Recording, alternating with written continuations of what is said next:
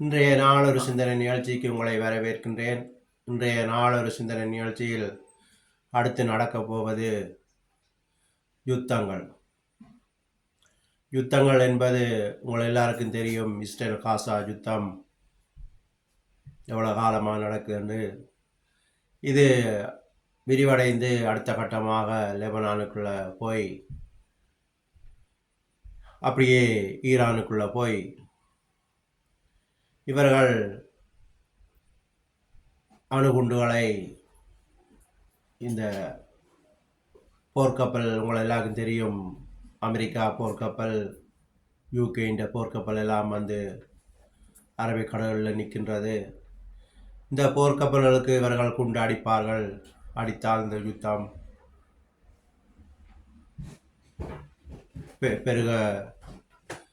பெருவடிப்பாக எல்லா அரபு நாடுகளையும் அழிக்கக்கூடும். இது பைபிளிலே குறிப்பிட்டிருக்கின்றது. இந்த போர்க்கப்பல் என்பது தர்சிஸின் கப்பல். தர்சிஸ் என்பது லண்டன்காரனுடைய பெயர். தர்சிஸின் கப்பல் என்று சொல்வார்கள். இது கூட அழியும். அழிந்தால்தான் இது பெரிய யுத்தமாக வெடிக்கும். காசாவை தீ கொளுத்துவேன் என்பது பைபிளில் குறிப்பிட்ட விஷயம். இன்றைக்கு காசா எரிந்து போயிருக்கின்றது. அடுத்ததாக லெபனானும் எரியும். இதைத் தொடர்ந்து அரபு நாடுகள் சிலதும் எரிகிறதுக்கு பல சாத்தியக்கூறுகள் இருக்கின்றது. இதுவும் பைபிளில் குறிப்பிட்டிருக்கின்றது.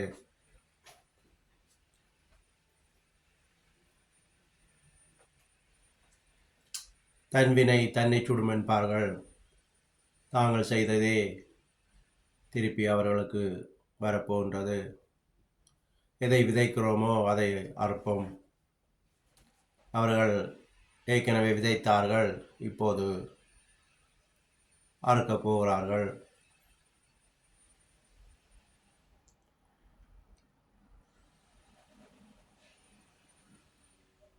யாராவது நீங்கள் இந்த நியூஸ்களை பார்த்தால் இஸ்ரேலுக்கு எதிராக நீங்கள் கதைத்தால், இன்றையிலிருந்து இஸ்ரேலுக்கு எதிராக கதைக்காதீங்க. அது உங்களுக்கு பாவமாக வந்து முடியும். இஸ்ரேலை அழிக்க நினைத்தவர்கள் எல்லாரும் அழிந்து போவார்கள். உதாரணத்துக்கு உங்களுக்கு தெரியும், ஈரான் அதிபர் சொல்லியிருந்தார், இஸ்ரேலை 400 செகண்டில் அழிப்பேன்னு சொல்லி. அவர் ஹெலிகாப்டரில் அழிந்து உடலே கிடைக்காத வண்ணம் போய்விட்டார்.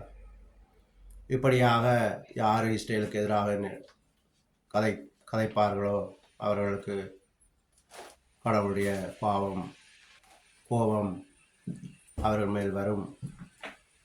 எனவே இந்த வீடியோ பார்க்குற நிமிடத்திலிருந்து இஸ்ரேலுக்கு எதிராக கதைக்காமல் இஸ்ரேலை ஆசிர்வதித்து செவியுங்கள். அது கடவுளுக்கு பிரியமாக இருக்கின்றது. யுத்த காலத்தில் இருக்கின்றோம். கவனமாக இருங்கள், செபித்து கொள்ளுங்கள். குறிப்பாக அரபு நாடுகளில் இருக்கிற இளைஞர்கள், பெண்கள் எல்லாரும் செபித்து கொள்ளுங்கள். கடவுளை எங்களை பாதுகாருங்கள், உயிருக்கு ஆபத்து வராமல் பாதுகாத்து கொள்ளுங்கள்னு சொல்லி ஏற்கனவே நான் ஒரு வீடியோவில் செபித்து போட்டிருந்தேன்.